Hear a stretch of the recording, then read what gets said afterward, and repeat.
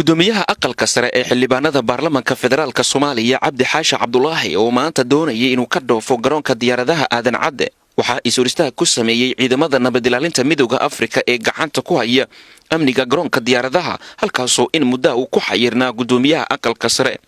haddaba si looga falceliyo arinta maanta ay ku kaceen ciidamada Amisom waxaa shir jiraa'id xarunta golaha aqalka sare ku qabtay Mawlid Xuseen Guhaad oo ah gudoomiye ku-xigeenka labaad ee golaha aqalka sare ahna kusimaha gudoomiyaha waxaana uu soo hadal qaaday inaan marnaba laga yeeli doonin guud ahaanba falka falxumada ah ee uu ku tilmaamay in ciidamada Amisom ay kula kaceen gudoomiyaha aqalka sare.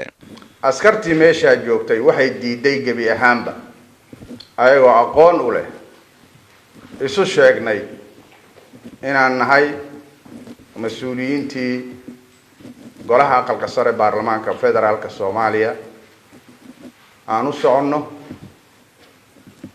airportka inaan galno gabi ahaanba waa ay diideen. taasi waxay keentay inaan taagnayn muddo 50 daqiiqo ah.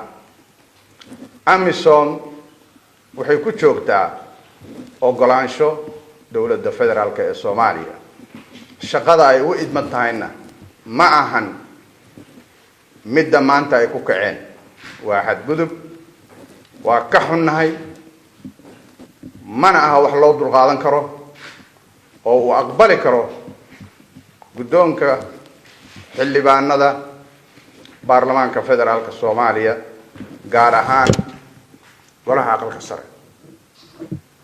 arrinkaasi waxaan ka dalbanaynaa oo si adag uga dalbanaynaa inay jawaab cad ka bixiyaan. sidoo kale gudoomiye ku-xigeenka labaad ee golaha shacabka Soomaaliya Mahad Cabdalla Cawad ayaa dhankiisa shir jiraa'id ku qabtay xarunta Villa Hargeysa waxaana uu ku sheegay inaan la aqbali doonin habdhaqanka xun ee ay la soo baxeen ciidamada Amisom isagoo sheegay in ay baalmareen dhowrista xuquuqda madaxda xasaanada leh.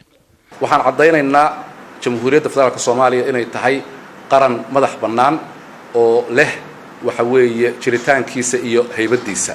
dalkan cid nooga sarreysa oo la xisaabtankeeda iska leh ma jirto ama ha ahaadaan Soomaali ama ha ahaadaan ajnabi.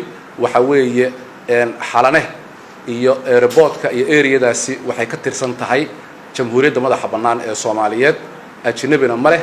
Amisomna waxa weeye mas'uuliyad gaar ah oo ka saaran ma jirto kamana xigsan karaan ciidanka qaranka ama mas'uuliyiinta qaranka intaba. waxaan cadeynaynaa Amisom iyo mas'uuliyiintooda midowga Afrika ahba inay u hoggaansamaan sharciga dastuurka iyo xasaanada dalkani leeyahay. haddii kale waxaa ka iman karaya cawaaqib xumo wada shaqayn la'aantaas. hayeeshee madaxda qaranka waxay xasaanad buuxda ay ku leeyihiin dhulka jamhuuriyadda federaalka Soomaaliya sida uu qeexayo dastuurka dalka iyadoo talaabadan ay noqonayso mid aan ku wanaagsaneen in lagula dhaqmo mas'uul ka mid ah hay'adaha ugu sareeya jamhuuriyadda federaalka ee Soomaaliya. Umar Maxamed Somane, Universal TV, Muqdisho.